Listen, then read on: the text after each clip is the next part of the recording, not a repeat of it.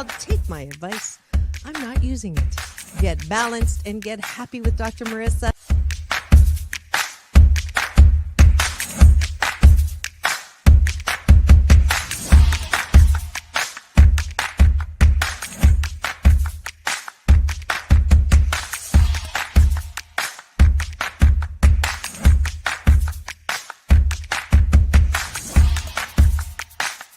And this show is about hope and happiness.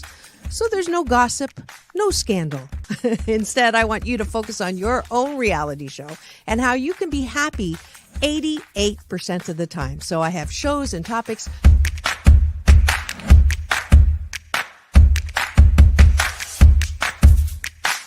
Sunday, Monday, happy days. Tuesday, Wednesday, happy days. Thursday, Friday, happy days. Monday, Tuesday, Happy days. Wednesday, Thursday, Happy days. Friday, whatever. Happy days. What a day. I love you. I love you too. Best known as the mom from Happy Days, and she is a delightful 89-year young Marion Ross to my studio. Welcome, welcome, welcome. Dr. Marissa, this is such a treat for me. Oh. My goodness, you're a wonderment.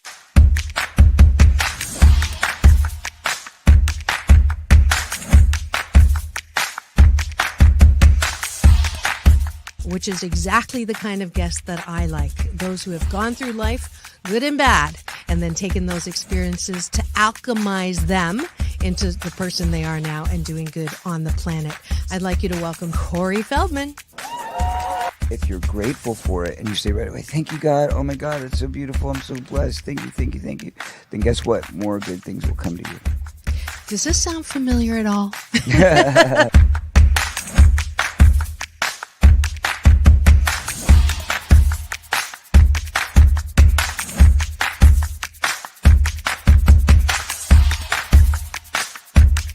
She's back again to mark my Cancer Awareness and Prevention Month show. Please welcome Fran Drescher. Hi, Fran. On and supporting cancer schmance. I really appreciate it. So what would you say are some of the biggest myths, Fran, that people have about cancer? Well, I would say that they think that there's a cure for it. Okay. Instead of a cause for it.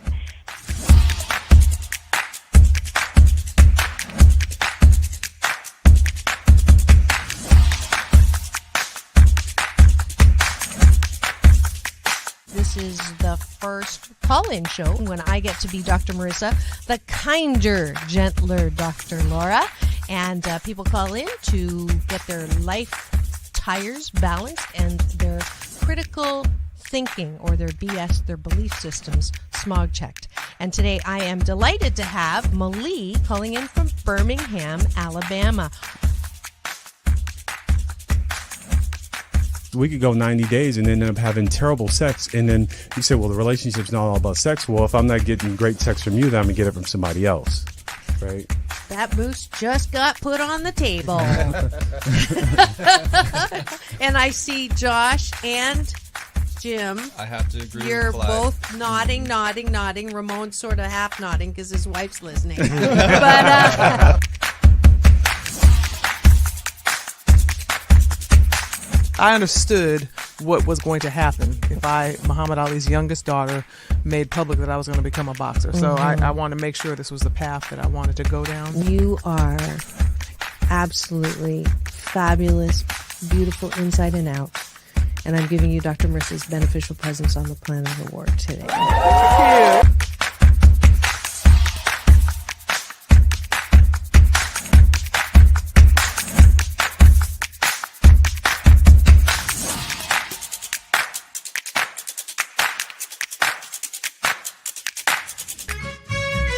Just sit right back and you'll hear a tale of a fateful trip that started from this tropic point. When I go, I'm gone. Are you lonely? No. Nah, I knew that was going to be But the answer. I surround myself with people. I mean, I'm always the one cooking for things. Or I'm always the one that decorates first and come to my house. All the orphans that have no place. I'm going to have no place to go, so I can come on over. And life is so amazing if we can see it. Jump off that exhausting hamster wheel and into balanced living with Dr. Marissa. Promise you joy in the mystery. Dr. Marissa, also known as the Asian Oprah. Her mission, to be a beneficial presence on the planet. Her purpose, to be your personal advocate to live, laugh, love, learn. Her life motto, don't die wondering. Take back your life with Dr. Marissa Pay.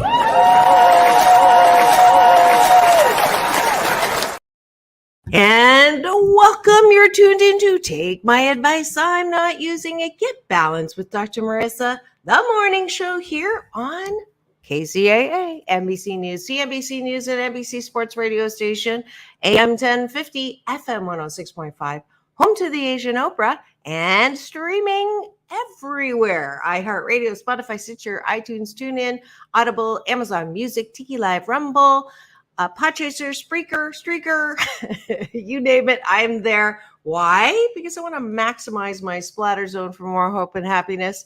And that's why I have topics and guests and series to that end. If you've missed any of my 1,005 shows, that's the number today. We did hit that 1,000 mark a week after my birthday, and I am very grateful that you are still here and that people were wrong who said that a show about hope and happiness would not go the distance. And when he gets here, we're going to be talking about race and relationships today. It is Straight Talk with Dr. Marissa and Sam Works, who is, I don't know where he is, but we will catch up with him as soon as he gets in. And in the meantime, Frank is going to be my co-host in the back. He's my new sound engineer, and he's been playing along with me when we have breakfast with Dr. Marissa, taking a bite out of my gratitude sandwich. What does that mean? That means every single day we start on my show with 8 specific things that we're grateful for. And then at the bottom of the bun, which is what you do before you go to bed, 8 specific things that you like about yourself, instead of doing this meaningless scrolling or thinking about all the things you didn't get done and who done you wrong. So that's what we do at the start of every show. So let's get started. I am grateful for, and let's see, I think, Frank, you can actually put yours in the general chat, and that way I can see everything. All right. Frank says that he is grateful for music. I've got my sailing head here. Music, I am grateful for ears to hear the music, and grateful for the sound of the ocean that is coming through loud and strong. Grateful that the huge warning, I know that a lot of places were hit, and a breath of peace and comfort, who were negatively impacted by the Hurricane, I think they're calling it. And grateful that not more damage was caused based on a really good prep, I think, by people because of all the warnings. What else are you grateful for, Frank? I'm grateful that I got to take out another group of kids last night on my U.S. Sailing Center boat, which those of you know, this is my 34th season racing sailboats, and I'm so very lucky to be out on the water, not just racing, but taking kids who wouldn't normally have the opportunity to be out there, teaching them how to race sailboats. And so that was fun last night. Do not ask me how we did. It was not our best race, but I think, hold the series for, I was on the winning boat first and second series, even though they were 2 things. Oh, you know what, Frank? You come up as my name, so go back to the private chat. Frank is grateful for being able to ski and a little maybe not that known fact is I actually learned how to ski pretty much before I walked because I was born in Canada. So Chicopee Ski Slope is where I learned how to ski. And I'm just going to make a quick call here because the texting is not working, although I'm going to embarrass him and text his mom. So I am, where's your son? I am grateful that I have, let's see, a great view of the Wyland Whales. Let's see if we can see this. So I don't know if, yeah, you can see it right beyond there. I can't zoom, but if you see past, and it's a foggy day, but that is, actually it might be my camera. That is the Wyland artist who does the whales, and it's so beautiful, and I get a great view of that. And one last gratitude. I was going to give it to you, Frank. I thought you put a comment in there. I'm grateful that I have had so many traveling experiences, and you can see my new art piece over there. I have yet to put pins in it, but it has the tagline, Dr. Marissa reporting live, and all the places that I've gotten to be in this lifetime. And if the happy challenge today is to, instead of focusing on where you haven't gone and what you haven't done and all the things that you still want to do, if you're a recovering perfectionist like me, I have a tendency to only focus on those things that I still want to do.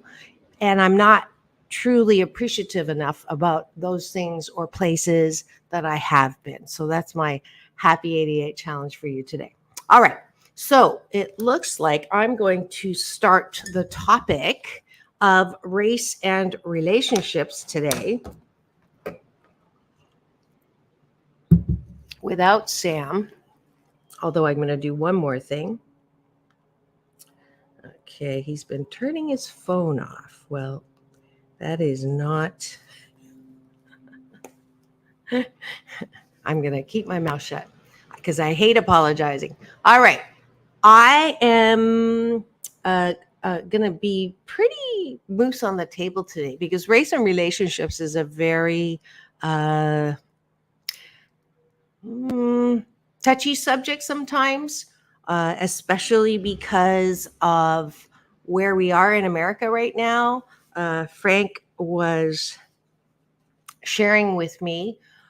We were, what day was that, Frank? When we were, oh yes, it was the day commemorating victims of religious crimes and religious-based ideology that led to crime or killing. And I highlighted one of my favorite guests, Frederick, who had his arms cut off in the Rwandan genocide. And that led Frank to sharing with me a friend of his who was killed because she displayed a LBGTQTA plus flag in her storefront. And that led me to want to talk about race. And since on Straight Talk, we talk about relationships, I wanted that to sort of be the theme this week, because even though we've come a long way, and the reference I made to in the promo yesterday when I posted the show was, I don't know if you watched the movie, Frank, or anyone who's listening right now or watching later, if you watch that movie Loving, because that was based on an interracial couple.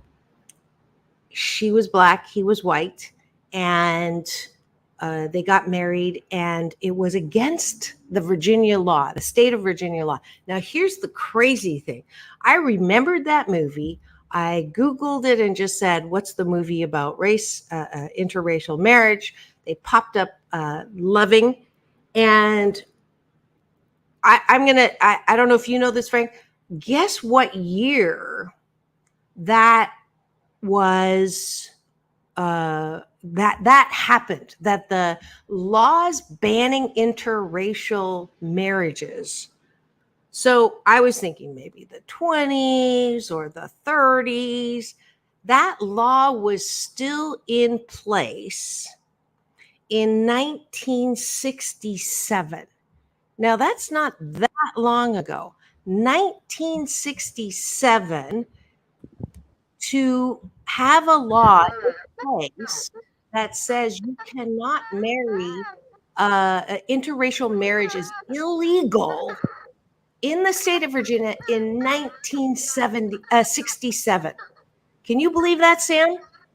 That's not that long ago. And you're going to get a tongue lashing after this. Could be, you know what's really funny? Not funny. Frank can attest to this. So I broke a record this morning because I wanted to get up early to do a meeting I don't normally get to go to, but because I'm now doing the 9 o'clock show instead of the 8 o'clock show, I had time. I went, oh, I'm so tired. Sailing yesterday, so I went back I didn't get up till 8:39. And it took me 11 minutes to go from sailing. Well, I still have the sailing hair, but full on makeup to get into the studio. And then you're not here. But whatever. I am glad I have your mom's number to get your assets up. If you've just tuned in and wondering why I am tongue lashing my co-host here, you are tuned into Take My Advice. I'm not using it. Get Balanced with Dr. Marissa, the morning show. And today on KCAA, the station that leaves no listener behind, AM 1050, FM 106.5, streaming everywhere, including live on my YouTube TV right now, is our special series, Straight Talk with Dr. Marissa and Sam Works. And Frank already covered your asset with Gratitude Sandwich. So we did that, and he did a great job. And now we are going to continue the discussion that I've been wanting to talk about, which is race and relationships. So even though we have come a long way since that movie Loving, did you watch that? No. So true story, based on a true story.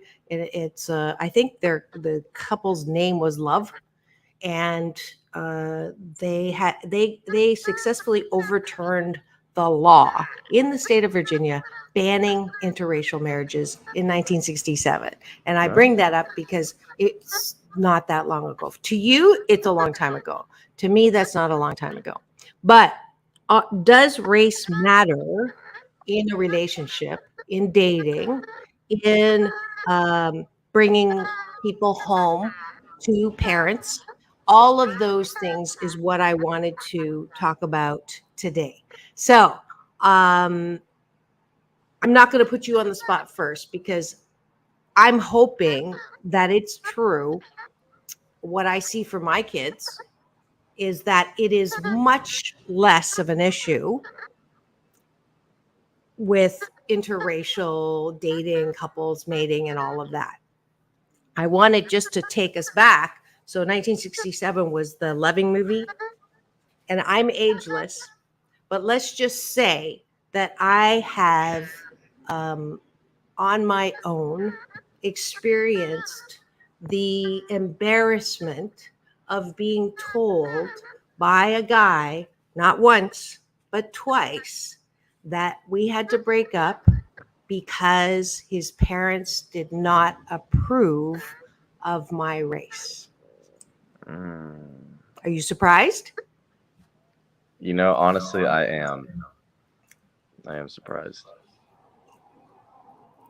One was in Canada when I was in college, and we got along really well. I think we went out like a year, and yeah, that was the first time I was very it just added to all those feelings of not being good enough, not being worthy, not being attractive enough, not being desirable enough. So it was a huge hit. And then the second one was actually like 15 years ago. I was dating someone who was part of the blue blood of America family, very successful, very wealthy. And his mom did not approve. And so that ended that one as well. So that's how I feel about race and relationships. Wait, But the mom didn't approve? his mom. Wow. Yeah.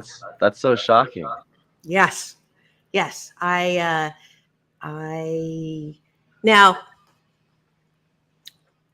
some people will say, no, he didn't come right out and say that, or, maybe you read into the situation.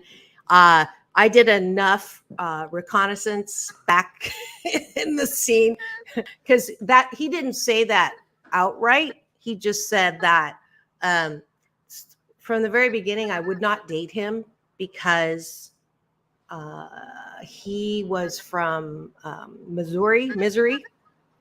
And I knew there was no way I was moving from the beach. And he said, kids are older. I have no problem moving here. We were going to get a house on the Gold Coast in Seal Beach because that's where I raised my kids. And then his mom got sick, or she had an episode. She was in the hospital, and he completely reverted and said, I hate LA. You're going to have to move there. You're going to have to move with me. And I was just crushed. So yeah. So it was, and then I find out later that it was the mom. So anyways, do you know think, how I like to do? Go ahead. Okay, so maybe my biggest question for that scenario, do you think any of that has to do with like the time and era of that situation? Like, do you think if it was like now, then they'll still disapprove, or do you think they would still say no if that was the case? I absolutely think that it is generational for many, and that when I used to do valuing diversity, I still do, but I was one of the people that got to be in the pioneering team in Los Angeles to bring valuing diversity workshops and interventions in companies. We started at First Interstate Bank when it was a bank, and I'll never forget the first intervention with the top 12 executives there. And I think it was in Sacramento. And I walked in the room and all 12 execs were sitting like this, with their arms, you know what I mean? Crossed, yeah. Yeah. With their arms crossed like this and just like glaring at me. And by the end of the hour, only one had uncrossed his arms. Now, my track record is way better from that first time because I'm usually able to diffuse some of that stuff in 15 minutes. I got the room, but I remember walking out of that and saying, sometimes they're just gonna have to die because there's just no changing of the minds. I don't mean that to sound cruel or threatening, but it's true. Like that sentiment of and let me just put the moose on the table. This is not a white issue. There's all kinds of races that believe that you should marry, date within your race. So that is important, and I'm glad that I remembered to say that. Now, I'm gonna go and flip to the other side. There's good reason sometimes to have that restriction. Okay? Because when it's just like, if you are accustomed or you prefer certain foods, certain activities, certain, priorities, certain beliefs. And we've been talking about relationships since this series started, right? The more you have in common, the more you can come together, the more you can meet in the middle, the easier it is to meet in the middle, then the better the relationship is. You're not starting where you have to completely, you're always at odds. You're always, no, I don't want to eat that. Like, what am I going to cook? No, I don't want to eat that. So there is some understanding and some ease with which, if you are in the same race, you're not going to have as much conflict necessarily on things that, you have similarities on. Same with Jewish faith, right? Or anything where you're brought up with the strength of the convictions that leads you to what you think about, what you eat, where you go, your common practices, whether you go to church or all those things, right? So I can understand that. But when it's an active that has nothing to do with that discrimination because you think you're better than the other race, that's my definition of when race and relationships go wrong. Does that make sense? Yeah, I definitely think not even just in like sexual relationships or whatever, but even in friendship relationships, the family does want, people in his circle to have like the same culture, right? And I've experienced that personally. My friend, his name's Adon, his birthday is one day after mine.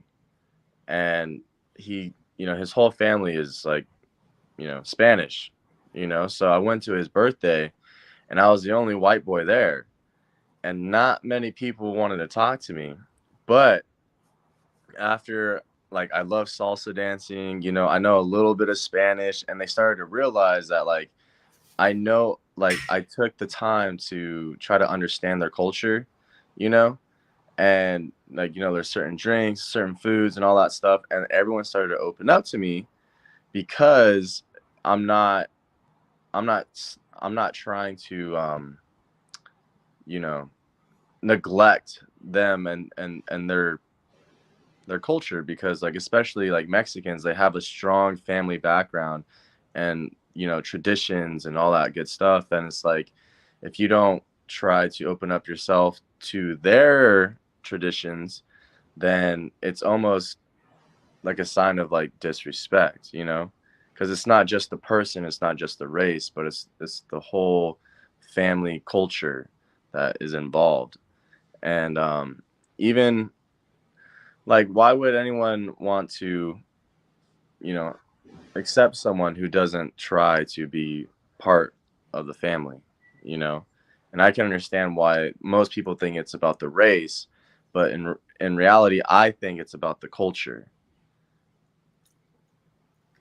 So that's another way of saying what I was talking about the common preferences and the common likes and the common rituals and the common routines that differences in the culture have. So let me clarify. That's a good definition thing. What is the difference between culture and race and ethnicity? That's the other one that some people get mixed up. And I think that this is good. Here, I'll share it so I'm not making this up. My best friend Christina instead of Google it, because my niece works there. While race is ascribed to individuals on the basis of physical traits, ethnicity encompasses everything from language to nationality, culture, and religion. Didn't know that. So ethnicity is the bigger umbrella. We generally assume that people see our race, ethnicity, and culture the way we see ourselves. Interesting.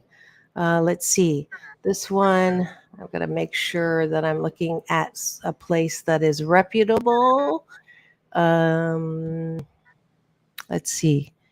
Atlas of Pub. I never heard of that. We'll go to a university. Ethnicity, a group of people who identify with one another based on shared culture. Okay. So I know growing up that Chinese culture is one of the more prejudice of cultures because they believe that Han Chinese are superior to mixed Chinese, and they're.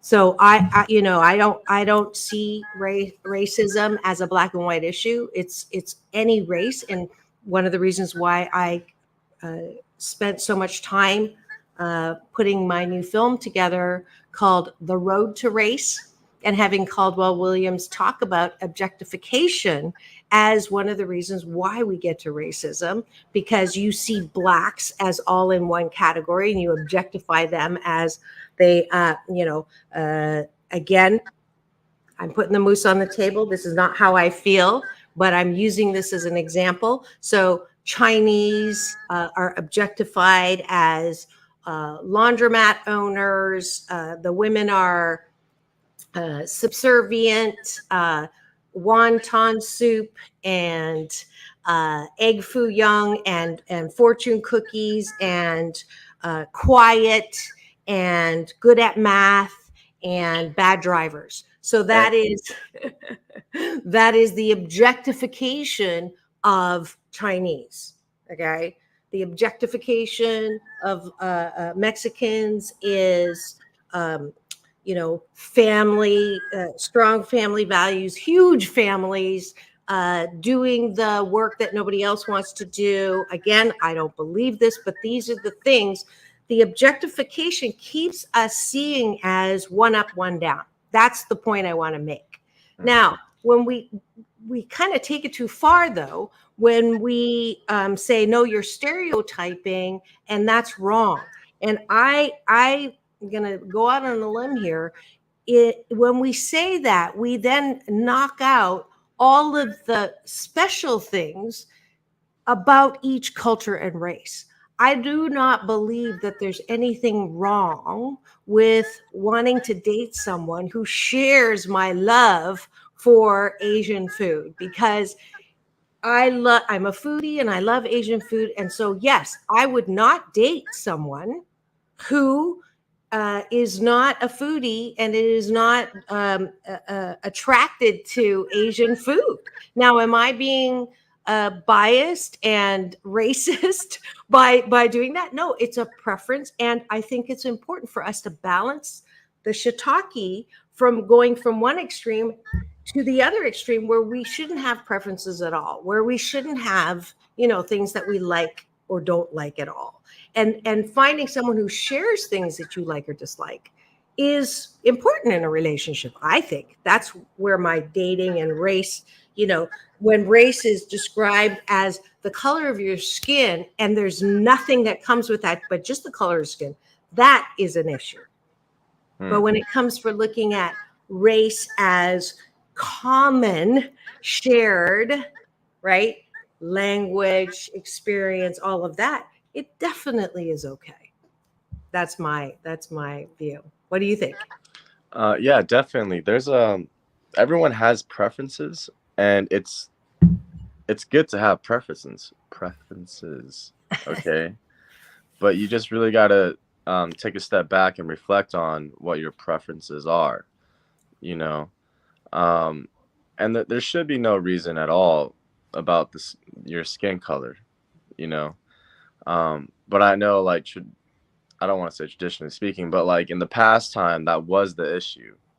Yeah. But now things have changed, and it shouldn't even give you the opportunity now. It shouldn't even be like that in general. But it is.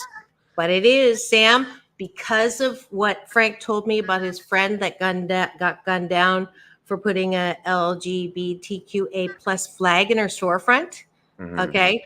and all the things that are happening, the overturning of Wade and Roe, also the hate crimes that are coming up, also the number of angry red states, I'm going to call them, and the leadership, quote unquote, and their attitudes about race and tying it to Christianity and tying it to religion and all of that. We're taking a huge step backwards.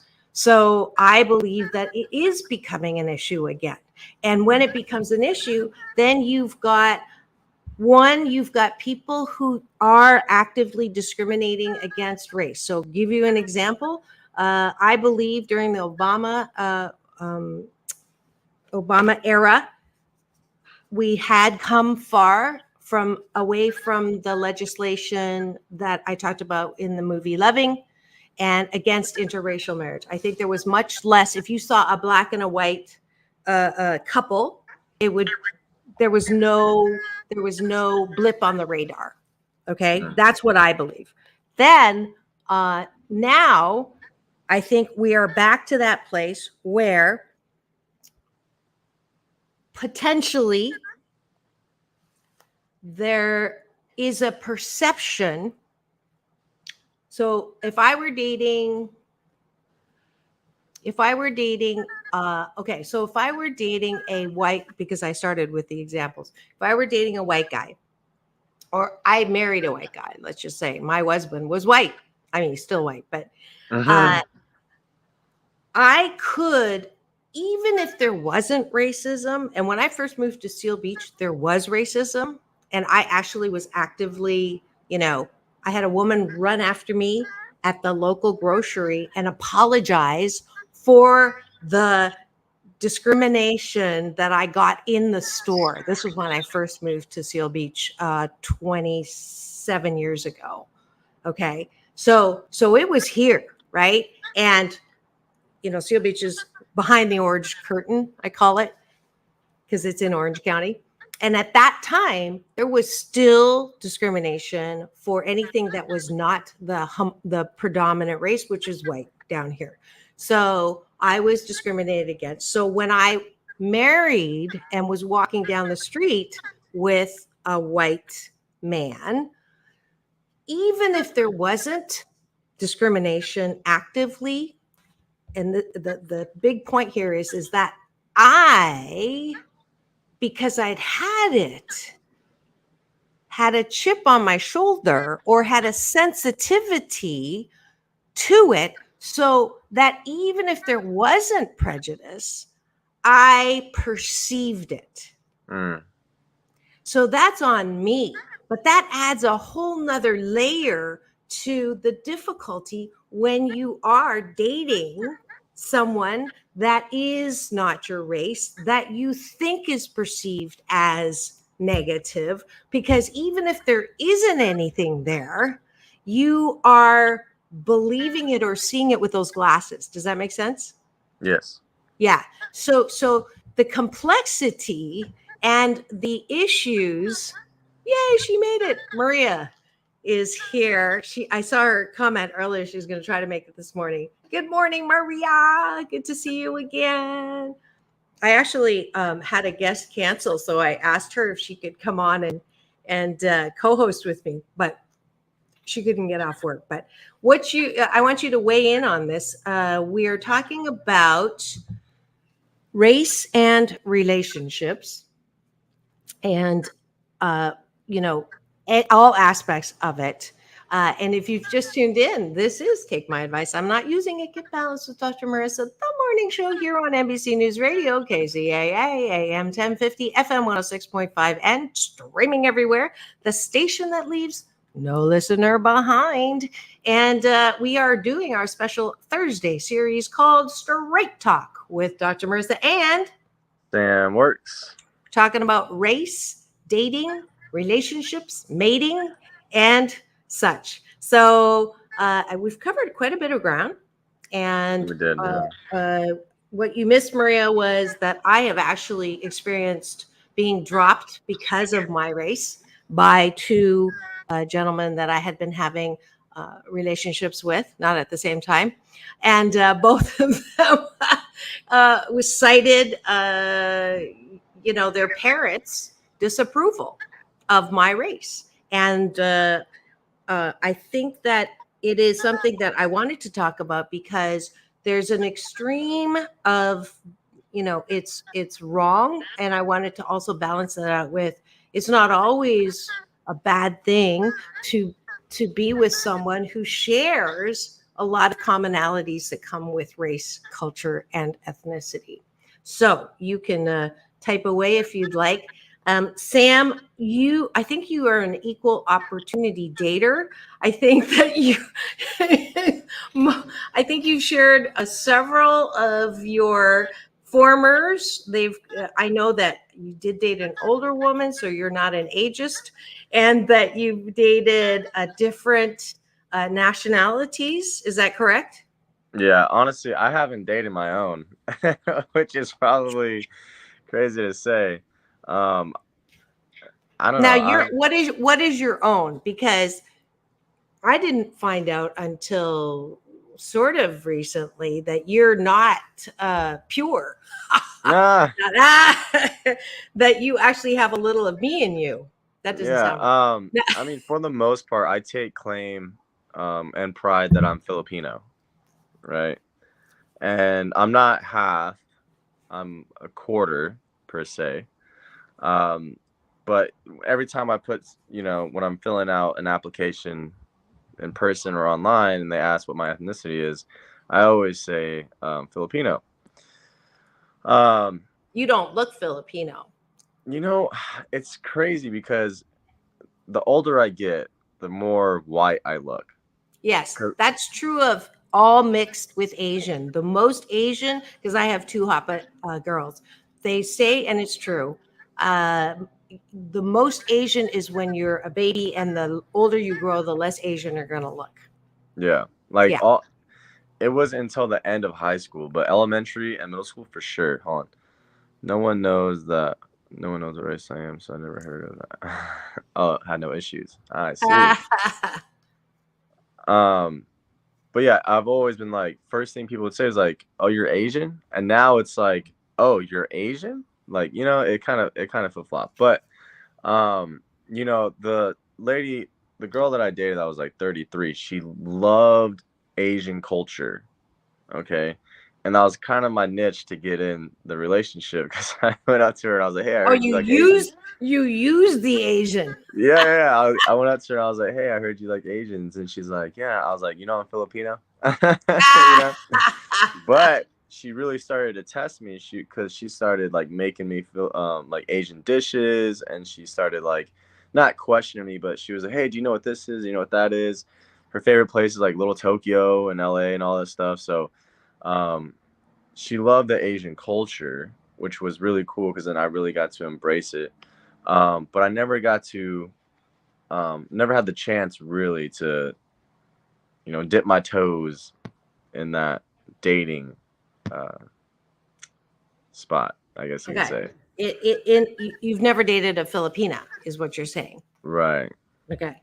So because interracial marriage, thank goodness, is not against the law anymore. And I know my kids, like race isn't even something that they necessarily talk about, right?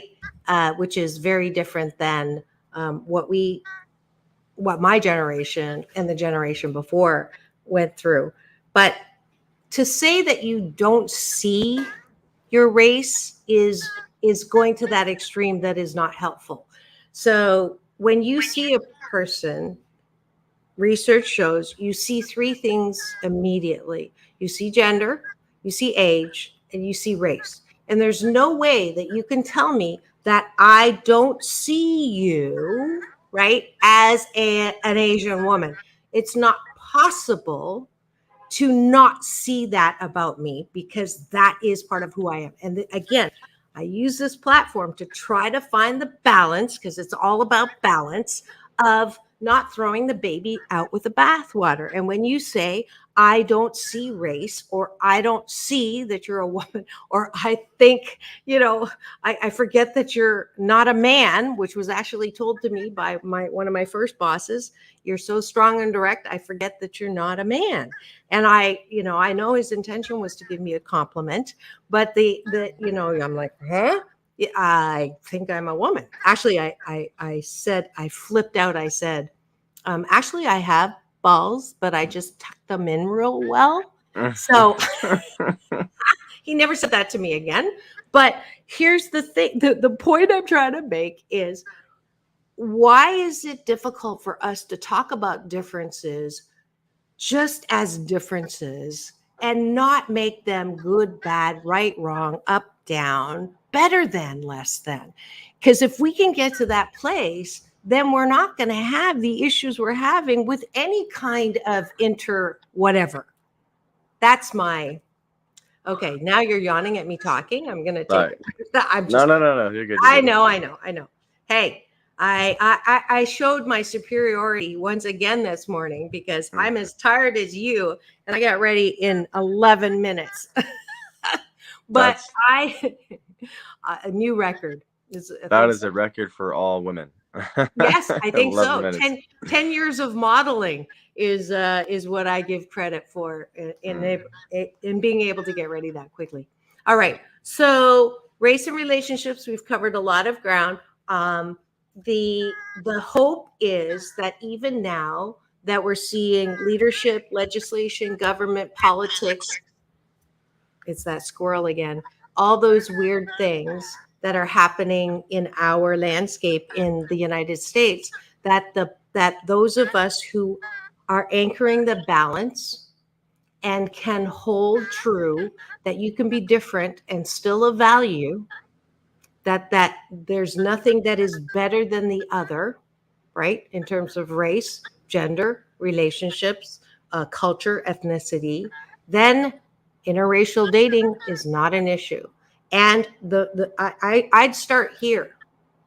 If you're dating someone who is of a different race, give everyone the benefit of the doubt that they are not discriminating against you, because it's very difficult for me not to think about those two guys who dumped me because of something I can't change, which is my Chineseness, right? But if I can't get over that, then every relationship I have with anyone who is not my race is going to be doomed. And like you, I've only dated one Asian man ever. And again, I have to examine, is that true because I think Asian men are not as good as other races? I don't think so, but I have to look at that, right? At this point, I'm not dating anybody, so I guess an alien would do. But I have to look at that. So that's the start, right? Are you MSU University? Are you going to Making Shiitake Up University about how other people are perceiving you in your relationship? So that's the first thing. And if it is true that people are discriminating against you or your mate, then you take that on. But don't take on something that isn't there. That's the first tip that I'm going to give. The second tip is, if you are feeling that discrimination, it is an added layer of stress on the relationship. And so just like we've talked about before, Sam, like what are those deal breakers, or what is the communication? Sam's big on communicating and working through stuff, is to have just like we suggest you have a sit down talk about finances, right? In that first 3 months somewhere, to sit down and have a talk about the benefits and the consequences of having a partner with who is of a different race, ethnicity, or culture. All right, Maria has weighed in here. I love learning from different cultures. I've dated many races, but for some reason I've never been able to attract an Asian. LOL, why? I too am Latina Spaniard. That's funny. I don't know. You'll have to go and find a victim. I mean, a volunteer. But again, this is, I think part of that answer, Maria, is it's got nothing to do with you personally. But at the beginning of the show, when Sam hadn't gotten here yet, I was talking very much about the ease with which similar cultures have. So if I were to put myself in the shoes of an Asian man, I would hope in this generation, all men and women and those who are in the gender neutral categories, anyone who's attracted to anyone, I would hope is being attracted to them based on personality and that spark or whatever that is. And then after that, because the first three things you look at are age, gender, and race, then you begin to not judge based on those things, but looking for similarities in your desires or what you like to do or your common interests and things like that. And it is more likely that if an Asian man saw you and an Asian woman, it would be not discriminating, but it would be a logical, that their bonding with similarities might be more on the cultural side than it would be with the Spaniard. I mean, just say it, Sam. Yeah. So that, and even off the streets, like, because one thing I like to listen to is like prison documentaries. Okay, and just stick with me here. Stick with me. I'm so you know sticking. how in most prisons, every race kind of sticks together, right? And this guy, he was doing an interview, and he was like, "Why is there segregation, and why is every race with their own?" And he goes, "How else would we be able to trust you?" Like, that's the first step into being in a group with people. Because when you go into prison, it's like hell, right? Like, it's very dangerous. So you want people that you can trust to have your back. But if someone walks in and you don't know who they are, what's the first thing that you can do in order to get that trust? And typically it's through race, right? Because you're like, oh, you're white, I'm white, like, you should have my back. Like, that's the first thing. Like, your first three attractions, or you said, or the first thing recognitions, is age, race, and gender.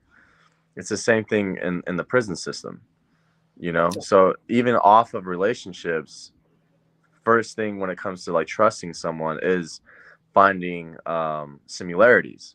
Yeah. Right. Yeah. And skin color, unfortunately, is a big one. It's a big factor. Yeah. Yeah, for sure. We've got a compliment here. Just want you to see it from Maria. Hello. Thanks for the compliment. And Thank you. so I will go on record to say that, and I really encourage you to go and watch the film that I just put together, not because I'm promoting my film, but because Caldwell Williams really lays out how we get to this place called discrimination and racism in the first place. Is because even though we want world peace, even though we want everybody to get along, even though we want people to have a bigger picture of the world instead of my country is better than yours, we are built on nations warring against nations because we are taught from an early age that this is our people. You draw boundaries around countries to automatically build into our psyche that our country is better than yours. The Olympics, right? Belonging to NATO. This country's good. This country's not good. So it is, of course, we're not going to have world peace. Of course, it's difficult to stop war as long as we continue to hold true that these borders and boundaries somehow delineate what is mine and it's a fixed pie. So if I get more, you get less. And if you have more, I'm going to try to get more out of you because we have less. That whole way that we are brought up as soon as we're born continues to keep this better than, worse than, racism, prejudice, discrimination. That is kept alive just by the sheer way we we become aware of the world as it is. So until we all take a stand for planet, I call it, this is my term, I love it, planet patriotism.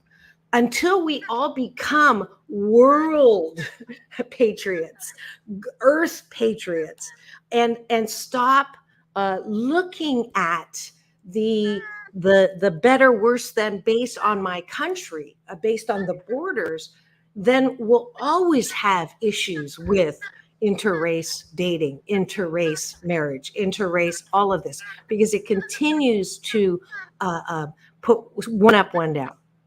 That's my soapbox. That was if I had the applause button, I would have clicked it. That was pretty good. I'm doing it.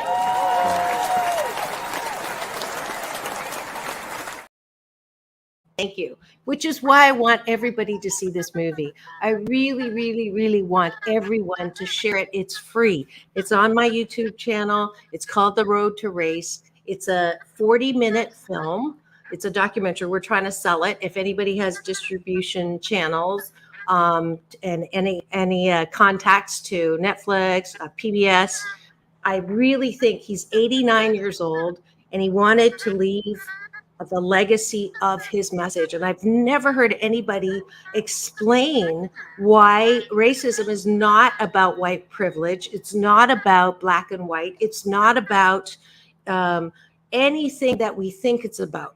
It is about starting the kids when you're young to understand that objectification is something that it hurts us. And we're teaching our kids about objectification because we don't teach them how to think for themselves. We put them in a classroom where the teacher is king.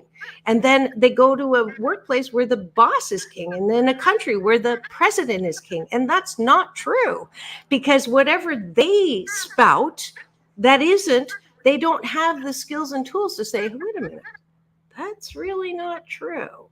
You know, Black people are not to be afraid of. That's the whole, that whole Reagan administration he talks about, and what Trump now is capitalizing on is there's something to be afraid of, because look at this population is all in prison and you have to be afraid of them because they're going to rob from you. And the news participates. The only thing that gets put on there is, all the bad things that a certain race is doing. Up till 1974, they didn't even state if it was a white person that was committing the crime. They would only say Latin man or Black woman. So we got to stop this shiitake. So watch the film, share it, please. It's called The Road to Race. I'll pull it up now. Sam, final word. It is our job as humans to build and not to destroy. So build relationships, build your culture, share your culture, and there's no reason why you should push anyone out of your life or out of life in general. So. Yes, thank you. And I'm just going to do this. Welcome everybody, no matter your tribe. This is aspirational. Nobody had published and talked about this before. But what they didn't consider. Oh, 1 minute. Imposing an idea. Sorry. Hopefully that's enough to tempt you to go. And thank you so much for tuning in today. To take my advice, I'm not using it. Get balanced with Dr. Marissa. The morning show, Straight Talk with Dr. Marissa and Sam Works. It's all about balance. Peace in, peace out. World peace through inner peace. Thanks, Maria, for joining us. Now go and have the best day ever.